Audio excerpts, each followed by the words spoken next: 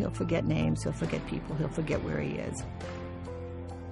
You know, people would get frustrated with him, like, what's wrong with him? Nobody thinking that it was a neurological disease that was coming. Alzheimer's is a big word. I'm a little reluctant to get into that part of it only because I don't know much about it.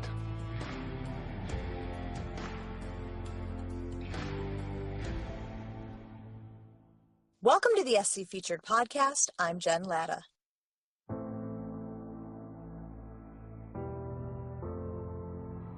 Marty Schottenheimer is one of the most legendary figures the game of football has ever seen. He played linebacker professionally in the AFL for 6 years before going on to become the 7th most winningest coach in NFL history. He coached his last game in 2006. Since then, he spent a lot of time on Lake Norman, just north of Charlotte, North Carolina. He also manages to get in a couple rounds of golf each week. Marty recently turned 74, but earlier this year, at the age of 73, he accomplished a feat many golfers only dream of. He shot his own age. On the surface, it looks like a picture-perfect retirement. But it's the challenge that most do not see that has shaped him and his wife Pat's lives the most. Our Michelle Beisner-Buck has the story.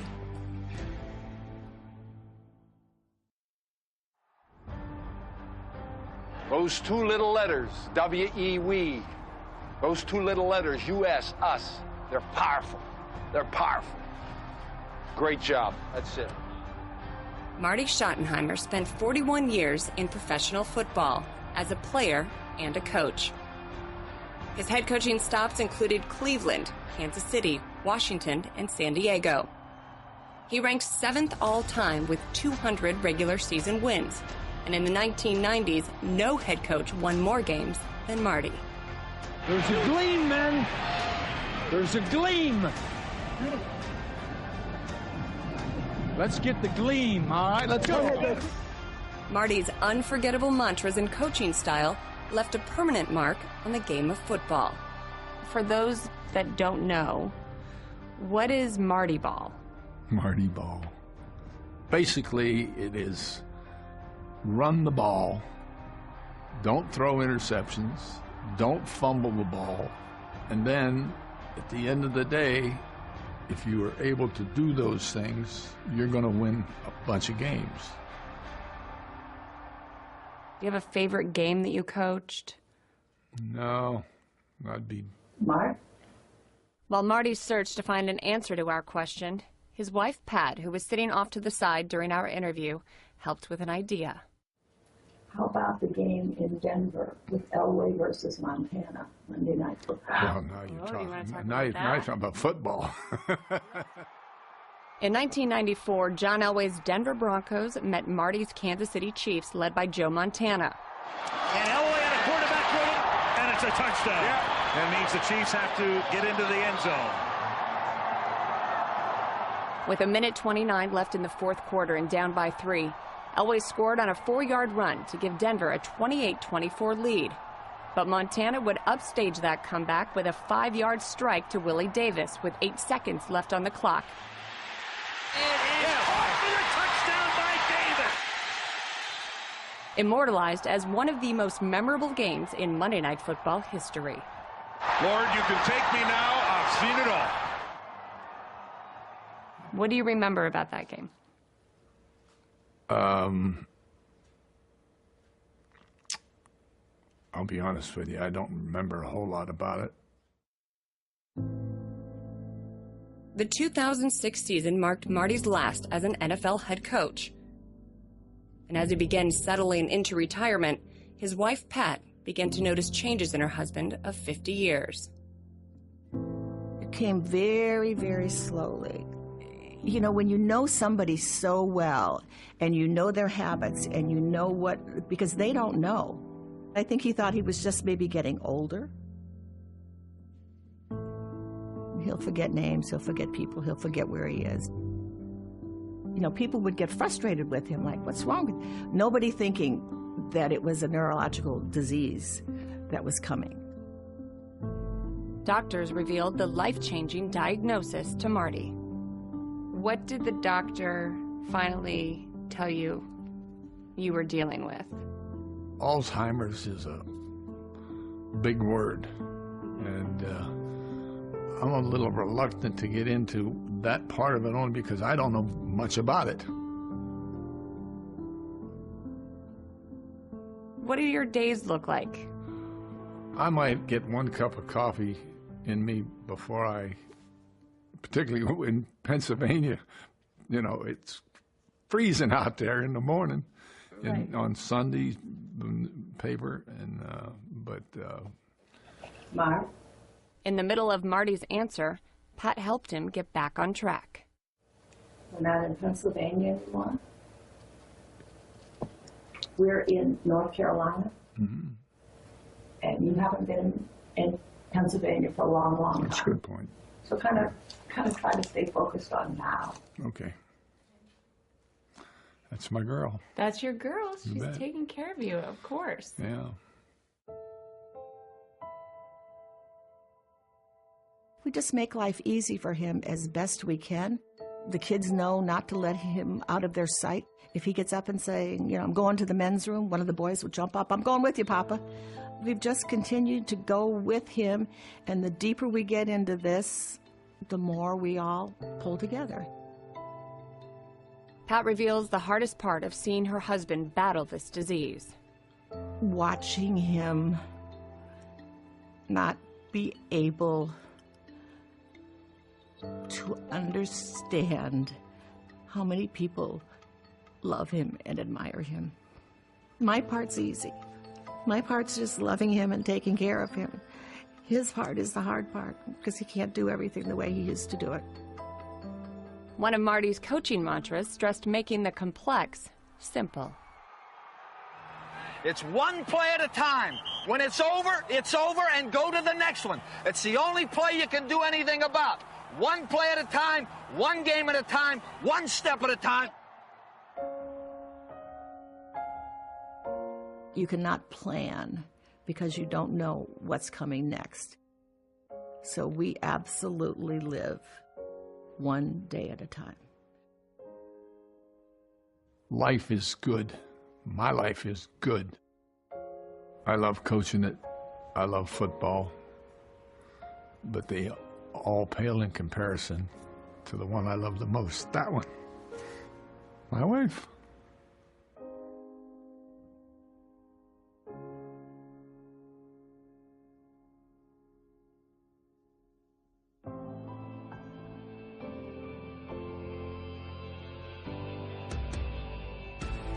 When we come back to the SC Featured podcast, I'll talk to Michelle Beisner-Buck about her sit-down with Marty Schottenheimer. But first, if you're listening to us in Apple Podcasts, leave us a rating and a review. If you like what you hear, make sure you're subscribed so we're easy to find next time. And if you subscribe in the ESPN app, we can always send you an alert every time we have a new episode. We'll be right back.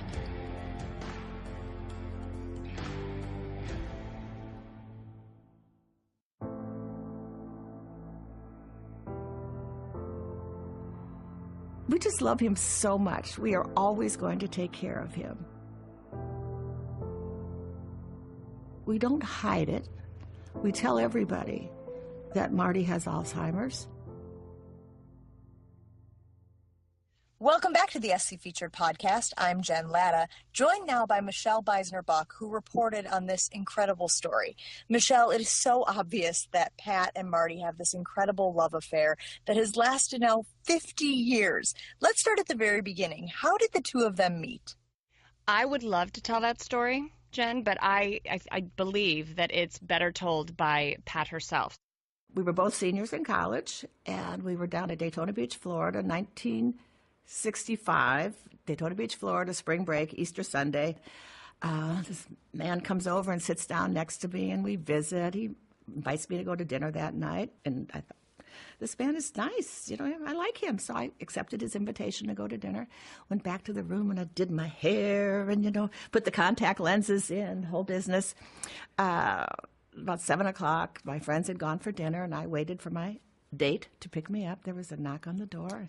I opened the door, and this good-looking man, can still tell you what he had on.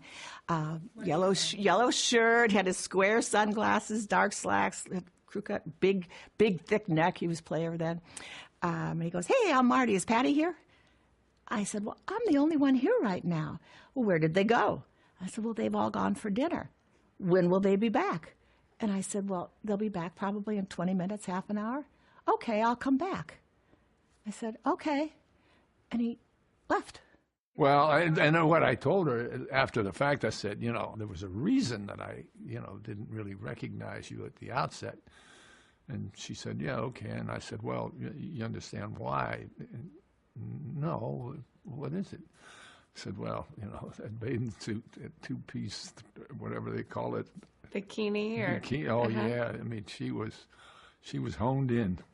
So you couldn't focus on her face. Well, that's exactly right. That's what I need, somebody to give me some help here.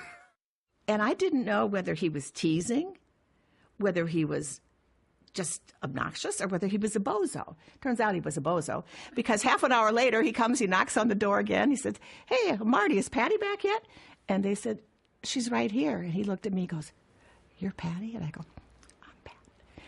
So everybody else I knew in Daytona Beach had already had dinner. I was hungry, so I took my girlfriend, and he took us both out for dinner, and we had a great time, and that's the man I married a year and a half later. They're so sweet together, and it's real, beautiful love that you don't see. They were really sweet. Well, and I think we can speak to the fact that covering football games and being involved in this sport, it's challenging from a scheduling standpoint, and I'm certain that was the case for Marty and Pat as well. Did Pat talk at all about what it was like being married to a football coach? Oh, yeah. She said it has its ups and downs, like anything, but it's a bit of a roller coaster ride. It's every day it's a new adventure. Sometimes it was wonderful. Other times she said it was awful. It was heartbreaking at times, because she watched Marty work so hard, day in, day out, and for hours, putting in long hours at the office. There were days that she would read the newspaper, she would get up before him, take the sports page, read the newspaper, and depending on what it said, just throw it in the trash. Week to week, he would go from idiot to genius, and it's kind of what you get. But their family has always remained really positive, really close, really connected. Something that Pat told me that she did early on with her kids, Brian and Kristen, is that she brainwashed her kids. She knew that as an NFL coach that they would be bouncing around. So she kind of Jedi mind tricked her kids, and they were driving down the street one day and saw a moving van, and she said to her kids, "Oh my gosh, look at that, kids. Like, how lucky that family is. They get to move because their daddy got fired." So Brian and Kristen kind of grew up thinking, "Oh my God, it's the greatest thing when daddy gets fired and has to move on. It's a new adventure. It's a new destination for us." So good for Pat, right? For having the sense to be able to just attack that early on. That's a brilliant tactic. I know. And I wonder if other coaches' wives have heard that along the way and have started implementing that, because of course it's chaotic, and of course, like you said, it's such a transient business, and it's not just the coaches who are affected, which is something that we oftentimes don't really think about when fan bases are clamoring for a coach to be fired. The great thing about Marty is that he was so well revered and just loved by players. Even LaDainian Tomlinson, when he was inducted into the Hall of Fame, mentioned Marty and Pat. Take a listen. Head coach Marty Schottenheimer was the best coach I ever had, and we won 5 division titles. Marty, would you and your wife Pat please stand to be acknowledged?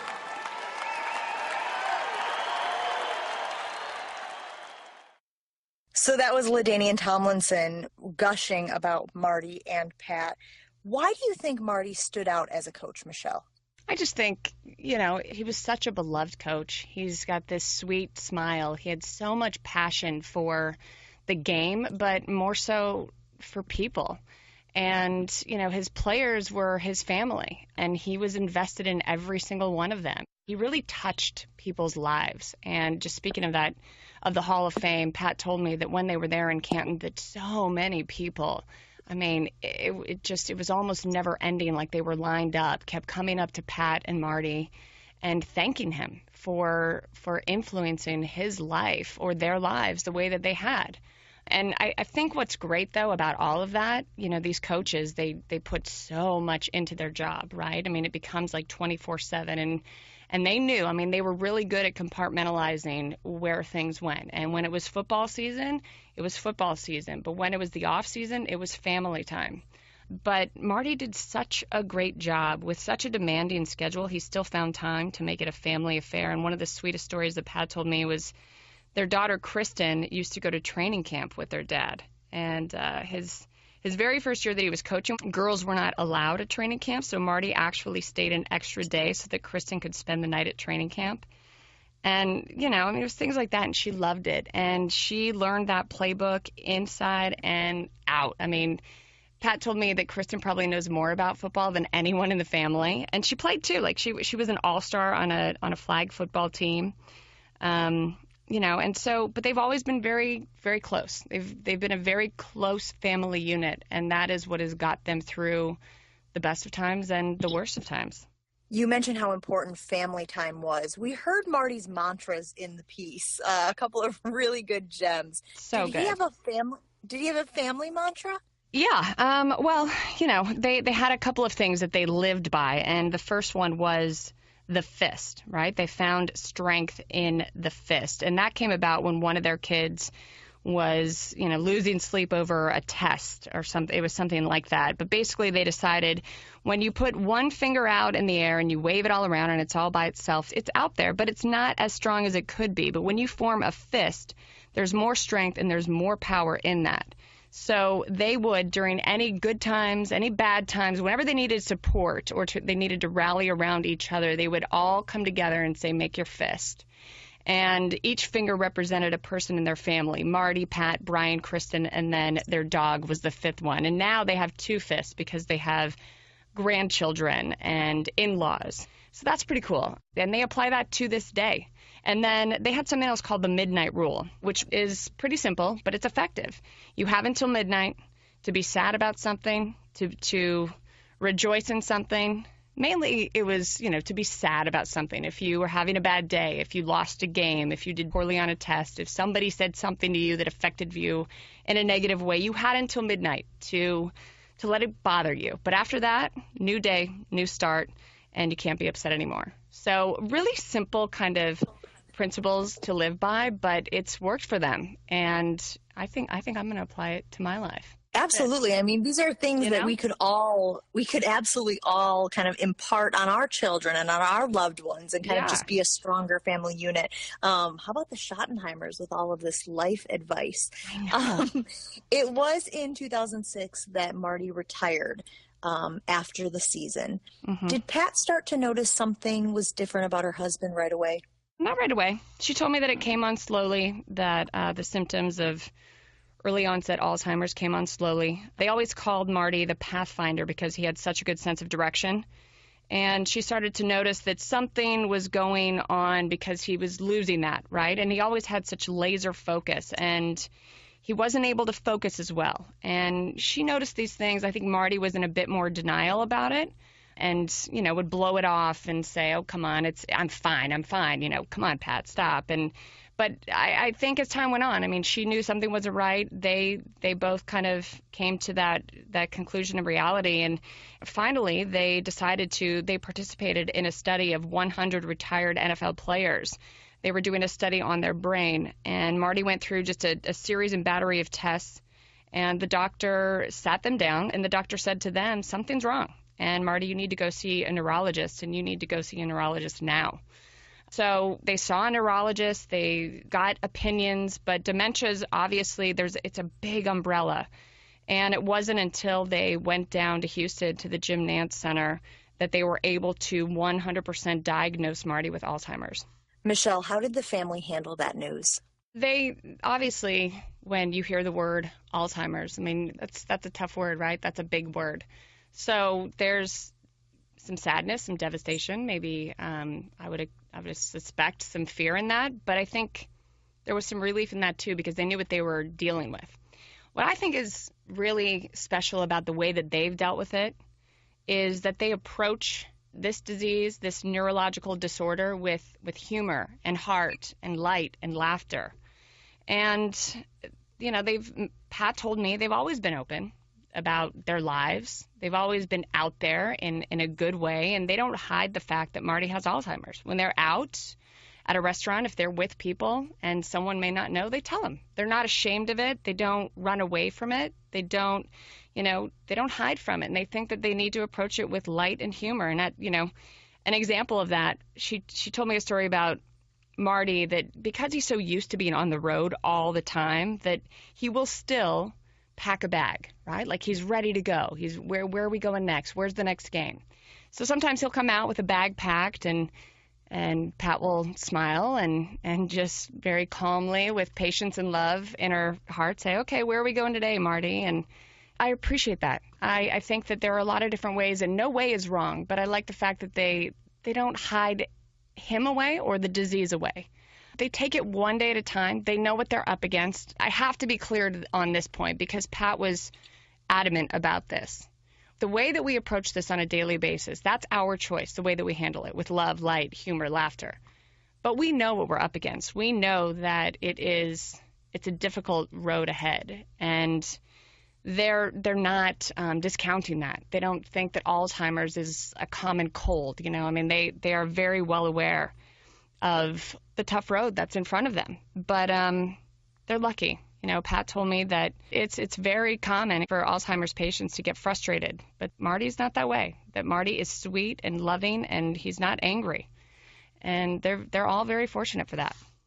Because Marty is dealing with a neurological disease, the question comes up if football had anything to do with his current diagnosis. Michelle, what did the family say about that? You know, we talked about it a little bit, but the bottom line is they don't know. They have no idea with 100% certainty of what caused this, of why Marty is dealing with Alzheimer's right now. But they're not focused on that. What they're focused on is how to get through it, how to manage day by day. Michelle, what are Marty's days like now? Pretty simple. You know, I asked Pat what their next year looks like, or, you know, if they had anything big planned, and she said, well, I can tell you our neighbors next door are taking an African safari, and we won't be doing that. That's just too much. They're social. You know, they go to lunch and dinner with friends. He likes to be out in those kinds of situations. But everything in the house, you know, she's done a really good job of making it as simple as possible for Marty. Everything is labeled. He's got his phone with him constantly, reminders on his phone for where he needs to be next, what's coming up. The doors on the closet have been taken off so he can find the closet easier. It's just things like that. And Pat is doing this. Pat has been just a remarkable caretaker for Marty, day in, day out. They don't have help right now. It's all Pat and their family and friends that have extended a hand in helping them get through different situations with this. And right now, the stage he's in, I mean, you know, memories are starting to fade a bit, but he still recognizes people, and he's still very social and overall very happy. What about treatment? Is there any treatment that Marty is undergoing for his Alzheimer's? Yeah, right now he's part of a drug trial. It's a 3-year drug trial, and he's been doing this one for about a year. And so he's got to get an infusion every month. The infusion lasts about an hour, and then he has to sit there for an hour. And Pat told me that's the hardest part for him, just sitting there. You know, he's not used to sitting still, so that becomes the biggest challenge for Marty, is just having to sit still through this. But they're trying to do everything they can to slow this thing down as best as they're able to. We mentioned earlier in this podcast that Marty is an avid golfer. How does that help him through some of the symptoms and maybe just through his days? I mean, I think that Marty he's comfortable on green grass or on turf, right? And where there's a game to be played. And so if he can be, right now it's golf courses, and he's good too, man. Like just a couple of months ago, he shot his age, 73. That's pretty good. But that's really good. But, you know, I mean, that's where he finds comfort. He finds comfort there and safety, and He doesn't golf alone. He golfs with friends, obviously. There's always someone with him, but that's a good place for him to be. That's a safe spot for him. Michelle, for anyone who is battling this disease or who has a family member who is going through this same type of situation, what do the Schottenheimers hope they take away from his story? I think the biggest thing that they've learned about Alzheimer's disease going through it is that it doesn't change the core of a person. They're still who they are. They just can't remember things from time to time. And, you know, every day is kind of a new adventure, right? You have to kind of take it one day at a time. But they still need love. They still need friendship. They need that connection. They need a hug. And that's what Pat told me. You know, she's like, that's what people need to understand about this disease. They're still there. They still need you. So don't leave them. Don't walk away from that. Kind of dive into that even deeper than maybe you had before. It's a good lesson in love, right? Definitely. The love story between these two is really impactful. And I think just the dedication and the devotion of this woman who, you know, has stood by her husband through difficult times on the football field and now just difficult times in their life journey is something that's so inspiring. So Thank you so much for sharing this story with us, Michelle Beisner-Bach. And thank you to all of you for listening to the SC Featured podcast. Until next time, I'm Jen Latta.